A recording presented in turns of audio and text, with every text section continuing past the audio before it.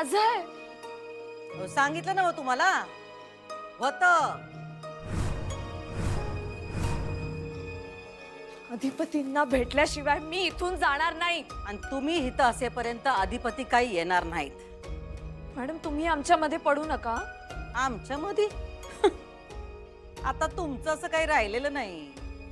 हे बघा आम्हाला ठाव आहे तुम्हाला हे समज पचवायला जड आहे, तुम्हाला त्रास होणार आहे. पण एक सांगू काय, तुम्ही या घरात आलात का नाही तेव्हाच आम्ही तुमच्या नात्याची एक्सपायरी डेट लिहून ठेवली होती. आम्हाला ठाव होतं हे नातं काही टिकायचं नाही. काय तुम्हाला तरी नातं नगच होतं, पण आमच्या अधिपतीनं काही कळत नव्हतं. पण आता हवंय. हा हवंय मला नातं. काय हवंय? असं तुमच्या वागण्यात तर कधी वाटलं नाही हो. मॅडम मी काही चुकीचं नाही वागलीये. काय सांगताय? चुकीचं नाही वागले. नवरा हवा, सासू नग, असं कुठं असतंय वय? तुम्ही माझ्या सासू नाही आहात. बरोबर आहे, आम्ही तुमच्या सासू नाही, कारण तुम्ही आमच्या अधिपतींची बायको नाही.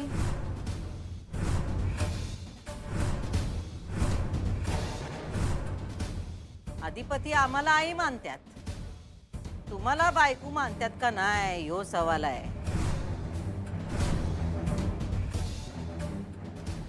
तुम्ही आमच्या घरात आलात तेव्हाच आम्हाला कळलं होतं तुम्ही डोईजड होणार.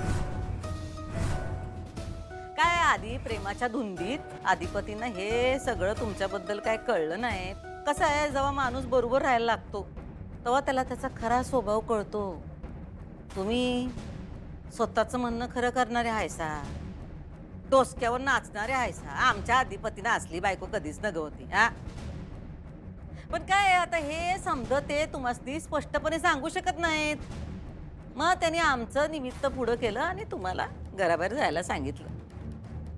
बघा मॅडम मला तुमच्याशी काहीही बोलायचं नाही, मला अधिपतींशी बोलायचंय. आमचं ऐका,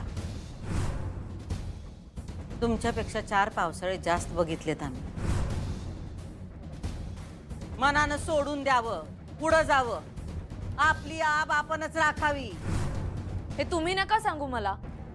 तसं असलं असतं तर तुम्ही हे घर सोडून कधीच गेला असता. तर ना आता ही लई बोलायली ताई. तर आता मुद्दाच पाडते मी.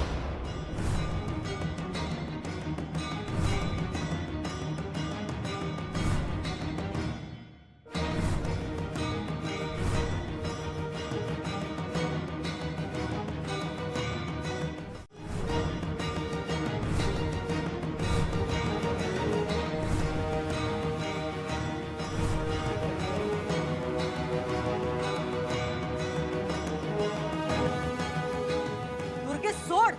नाही ताई, आज मी हिला सोडत नाही. दुर्गे सोड म्हणलं नव. सोड त्यांना.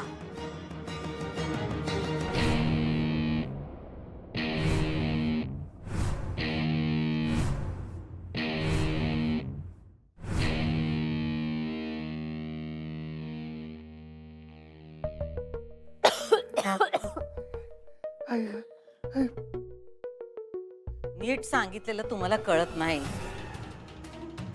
आता थांबलाच हायसा, आता एक ऐकून जावा. आम्ही या घरातून बाहेर गेलो नाही कारण अधिपतींना आम्ही जायला नग होतो, आणि तुम्ही या घराबाहेर गेलात कारण अधिपतींना तुम्ही या घराबाहेर जायला हवा होता. कळलं काय? हो जयदेवराव, न्या तुमच्या लेकीला इथून. आणि थोडा जरी स्वाभिमान असेल तर परत आमच्या दारात येऊ नका, कारण आमच्या दारात कधी बी आल्या तर त्यांच्या वाट्याला हेच येणार आहे. तिनं तिचा संसार मोडलाय स्वतःच्या आगाऊपणामुळं. आता जास्त शहाणपणा करू नकोस बाई. लग्न मोडलं, संसार मोडला, ही अशी पोरगी जन्माला घालण्यापेक्षा आई बाप बिन लेकराचेच राहिलेले बरे. चला निघा इथून. अक्षू चल. मी नाही येणार बाबा. अक्षू चल. माझी शपथ आहे तुला. अगं ह्या माणसांची लायकीच नाहीये.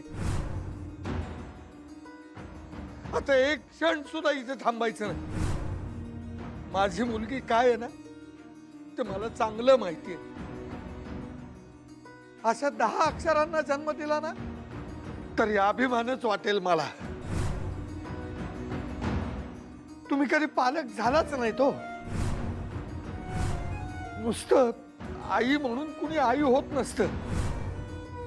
हो, जन्माला घातल्यावर कळतं आई बाप म्हणजे काय. ए थेरड्या, निघतोस का? निघतोच आहे. या असल्या असभ्य आणि असंस्कृत घरात माझी मुलगी दिली ना याचाच मला पश्चाताप होतोय.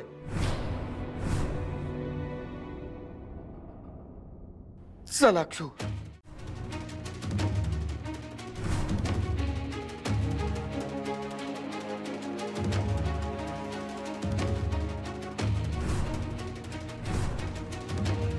निघ इथनं.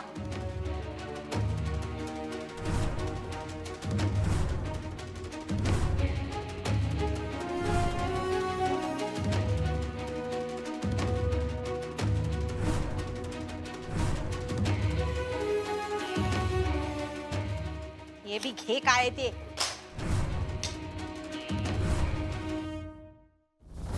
ताई, तू त्या म्हाताऱ्याचं बोलणं मनावर घेऊ नकस.